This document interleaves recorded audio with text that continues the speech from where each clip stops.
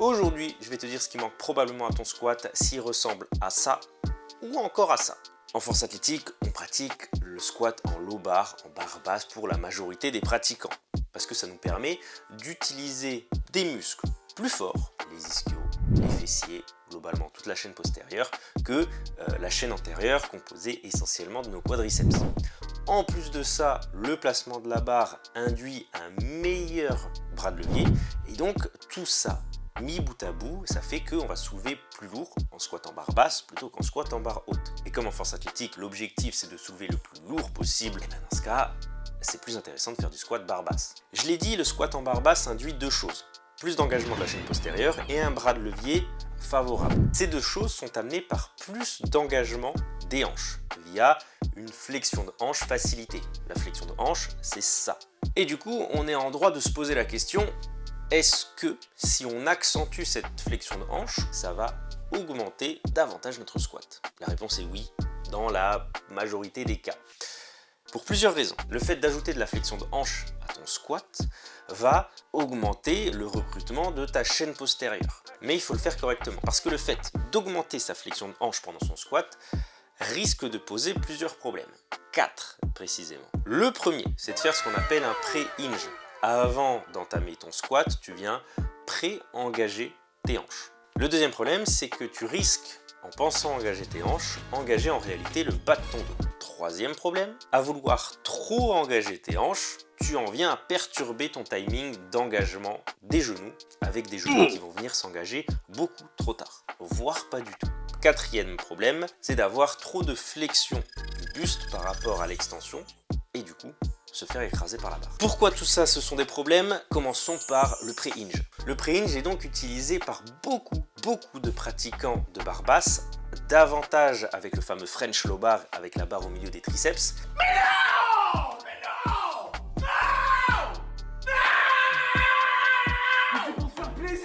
C'est aussi un moyen de rassurer les pratiquants qui ont peur d'avoir une trop forte inclinaison du buste, en partant déjà avec une position penchée, et ils espèrent maintenir cette position du début à la fin du mouvement. Spoiler, ça va pas fonctionner. Le principal problème du pré-hinge, c'est d'avoir une mauvaise gestion de son centre de gravité, avec un centre de gravité beaucoup trop vers l'arrière. Tu peux voir d'ailleurs beaucoup de pratiquants le faire, et peut-être que tu le fais toi-même, c'est que tu as carrément les orteils qui se lèvent. Le problème avec ça, c'est que quand tu vas descendre, ton corps cherche à rééquilibrer. Et pour rééquilibrer, il faut un centre de gravité à peu près au milieu. Donc ça implique qu'il va se déplacer vers l'avant. Sauf qu'avec l'inertie, il va dépasser le milieu du pied et arriver sur l'avant. Et après, en voulant se rééquilibrer, parce qu'il est trop devant, il va vouloir revenir en arrière. Sauf qu'avec l'inertie, là aussi, il part trop sur les talons et ça nous donne un good morning. On va plutôt chercher à avoir un centre de gravité sur le milieu du pied avec une barre relativement alignée avec ce milieu du pied. Pour ça, je te recommande plutôt de serrer très fort les fesses et de verrouiller tes hanches complètement.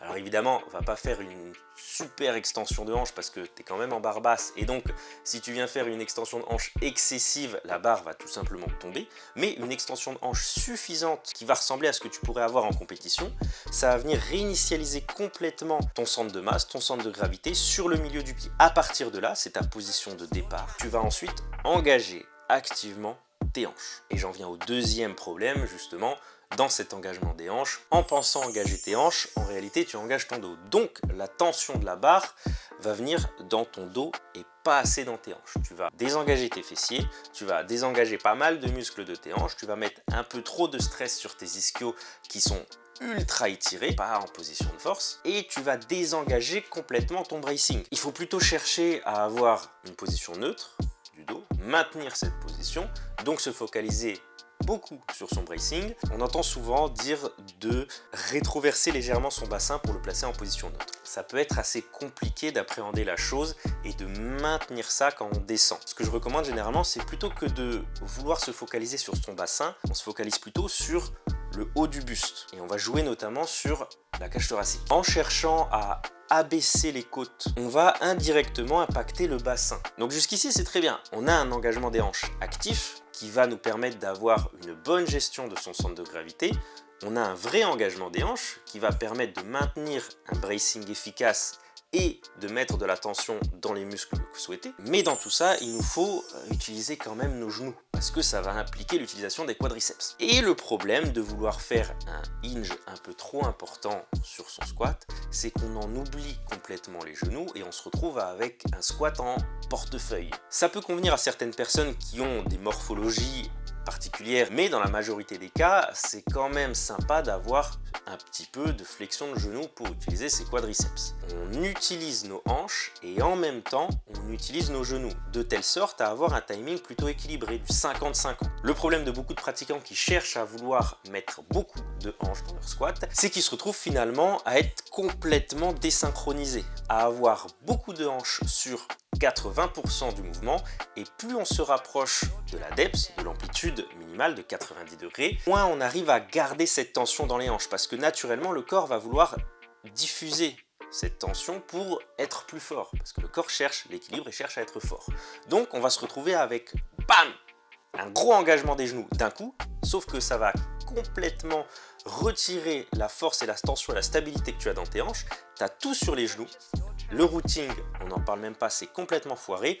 Le centre de gravité, complètement foiré aussi. Et du coup, tu repars en good morning. Bon, là, on est plutôt pas mal au niveau des hanches sur le squat. Sauf qu'on risque d'avoir un quatrième problème, j'en ai parlé plus tôt. La barre est sur le dos et la gravité est verticale. Et donc, c'est bien beau d'avoir un dos neutre, de chercher à abaisser les côtes. Mais si tous tes paravertébraux sont chargés de l'antiflexion, à savoir quand la barre te pousse vers le bas, tu cherches à faire de l'antiflexion.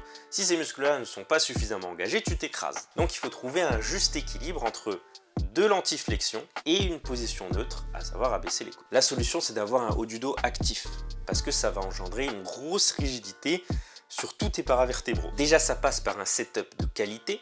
J'en ai fait une vidéo, tu peux aller la voir. Et globalement, on va plutôt chercher à rétracter légèrement ces omoplates et abaisser ces omoplates. Beaucoup de zigotos vont vous dire qu'il faut au contraire chercher à écarter ces omoplates parce que on va avoir une plus grande surface pour poser la barre, ce qui est vrai, sauf que si cette surface est molle, ça ne sert absolument à rien. Donc on cherche à rétracter légèrement ces omoplates, ne fais pas un rowing non plus. Cumuler ça avec toutes les autres cues techniques que je t'ai dit. Je pense que maintenant, tu as toutes les armes pour utiliser correctement tes hanches au squat.